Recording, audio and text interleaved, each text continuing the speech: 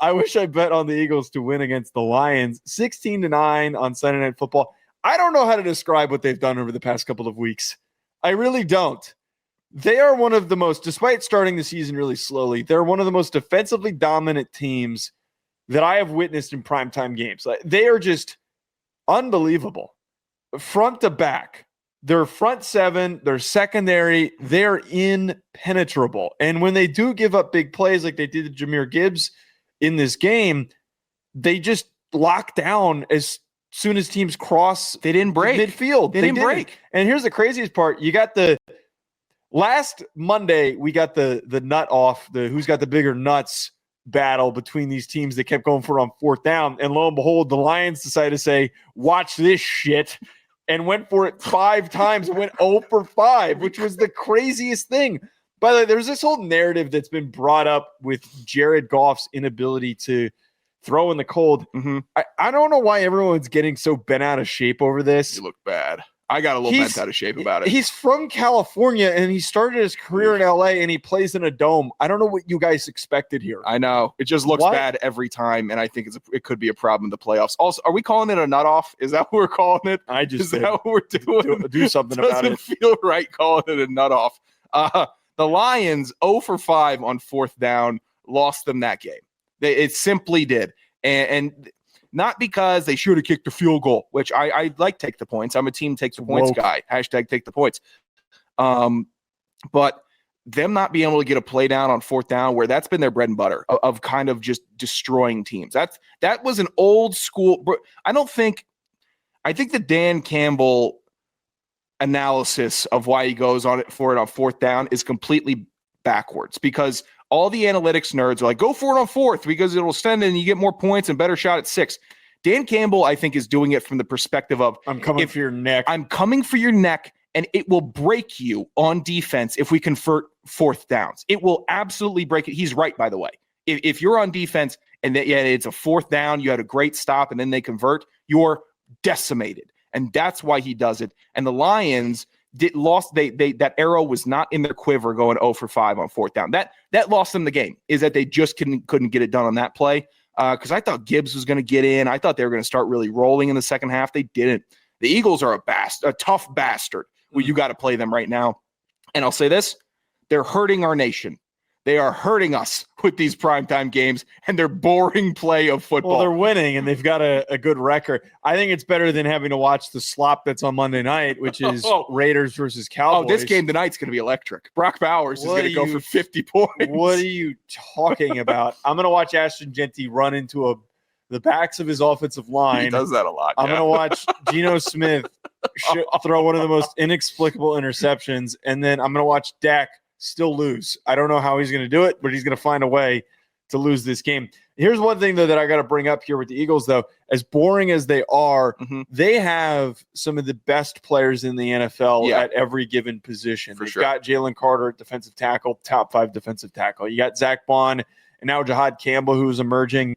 Jalen Phillips. They just added him. He had like 8 pressures on Sunday Night Football. And he was stellar on Monday Night Football as well. But Quinyon Mitchell, I don't think gets enough recognition. In this game, he did not allow a reception on his 6 targets. That is tied for the most targets without allowing a reception in a game over the last 2 seasons. He has now had 39 coverage snaps, which is tied for the 3rd most snaps by an outside corner in a game this season. And this was also Mitchell's 3rd game this year where he did not allow a reception. He is allowing just a 41.9% completion percentage. That is the lowest by any player with 50-plus targets in a season since 2018. So he has been beyond lockdown. He was one of those dudes when he was coming out of Toledo. You just knew he was going to be special. He's just so sticky, man. He is sticky. He is on a receiver the whole time. And he just plays with like an ultra focus, it feels like. And it's all you could ask for from a cornerback.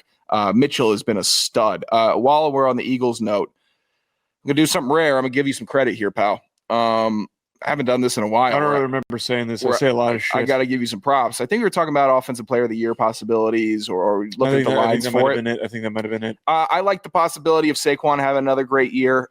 You notably called the unlikeliness of back-to-back dominant seasons for him. Something with Saquon's off this year. I think it's a little hammy sensitivity. He's been working through that this season. You're right. I'll give it to you. He has not been the bell cow. We're running the offense through Saquon Barkley back that we saw last year that elevated the Eagles. It has been a bit of a diminished season for him. Something that I've noticed. I hate doing this. Credit to you for calling that one. Well, I think the biggest part, and you saw it in the Lions game, nobody feels threatened by Jalen Hurts. And this is the thing that nobody wants to say, and it's suddenly so controversial to say it. Nobody feels threatened by Jalen Hurts. They don't. Jalen Hurts has seemingly, he was always pretty slightly above average, and he feels like he's regressed. He doesn't know how to set up his teammates to succeed.